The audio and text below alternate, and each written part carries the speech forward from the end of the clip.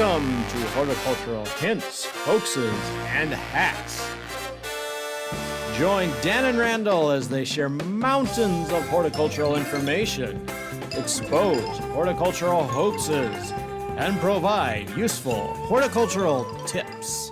Hey Randall, I was in the garden center recently and I saw this fertilizer, Bloom Booster Fertilizer. Boost your blooms. Is this real?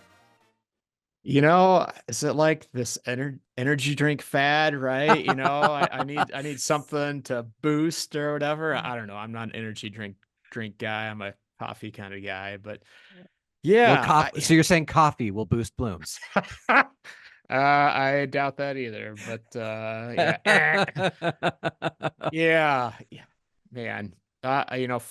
Fertilizer and nutrition's kind of one of my babies, and so this drives me nuts. And it's one of those things that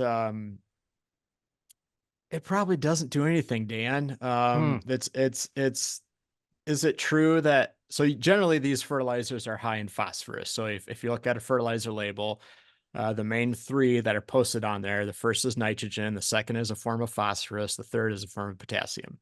And you got to look at the fine print to look at all the other stuff. And so usually these bloom booster fertilizers are high in P. And while it's probably true that a plant that is low in P will bloom less, if we add more, it doesn't magically make it bloom more. You know, it's not, nature's not that simple, right? You know, I think sometimes people think fertilizers are the equivalent of like the little blue pill for men, you know, or something like that, you know, like it's going to magically make them do something that they're having trouble with or something like that. But that's my take on it. What do you think?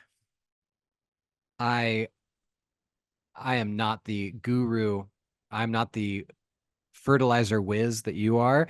And so I am, I mean, I've heard this thing, this like Yeah. this mnemonic, right? That NPK are good for up, down, and all around. And maybe Yeah. this isn't the time to talk about that, but that's like up being N is for up for like vegetative growth up. P is Okay. good for like down for like roots, and then like K is like all around health. Have you heard this mnemonic before? Yeah. Yeah.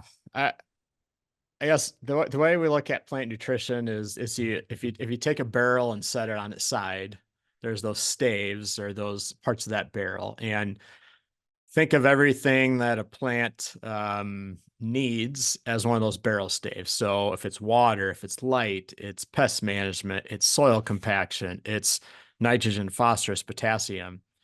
The plant will only respond or perform to the most limiting thing. And so if your plant is not limiting in phosphorus, adding more phosphorus isn't magically going to make it bloom more. And so that's again, it's a lot of marketing in my personal opinion. And again, there's a grain of truth to that, and that yeah, a plant that's low in phosphorus will probably flower less, but again, magically adding more doesn't fix that because maybe it's not a phosphorus deficiency.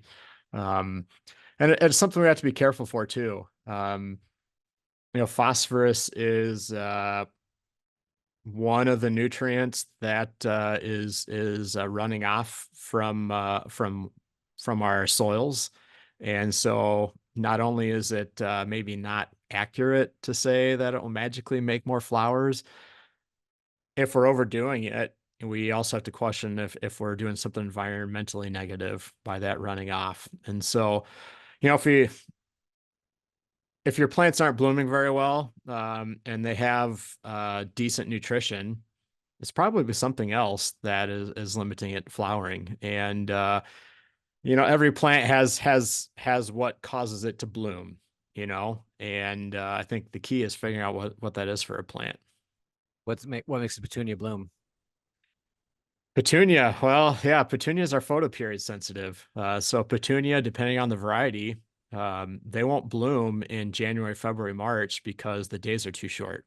And so magically applying some phosphorus to your petunia plugs in January and February, if they're under normal day length, is not gonna make them flower any quicker. It's petunias need long days and short nights to flower. So in the commercial world, we leave the lights on in the greenhouse to extend the day to get them to flower earlier. So that they're flowering in the like plugs when we buy them at the big box store or whatever. Yeah, in the plug trays, I don't recommend, we don't want them to flower right away actually, because we want them to grow vegetatively, bulk up before we transplant them. And so that is one thing you got to be careful for in propagation is we don't want to induce them to, let's say we're sticking cuttings.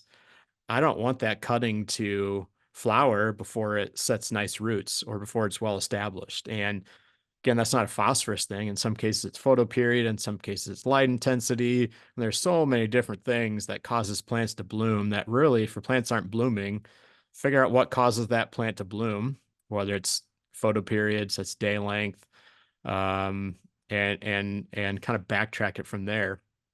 And some plants, the flowers are produced the year before, like a lot of our woody plants. Those apple blossoms you see on your apple tree right now, or this spring, were actually developed last summer. And so Yeah. magically applying some phosphorus this growing season is not going to add more flowers because those were developed the year before. Yeah. What about next year's flowers though? I mean, having a healthy plant going into when those buds start to decide what they're going to be is important, but probably the bigger factor, if that plant is generally healthy, the bigger factor is how much sunlight's on there. So, the more sunlight you get in those buds on fruit crops, for example, usually the more percentage of flowers they become. So Yeah. sunlight in that case is probably a bigger deal. So bloom booster fertilizer, hoax or hack? I'm throwing out a big, huge for that one. Again, a grain of truth, but rarely is phosphorus lacking in consumer or production horticulture. Rarely is it lacking. So, Okay. yeah. Thanks, Randall. Yep. Save your money and, yeah, buy something different, I guess. So yeah. buy more plants. Yeah, buy more plants. Yeah, yeah.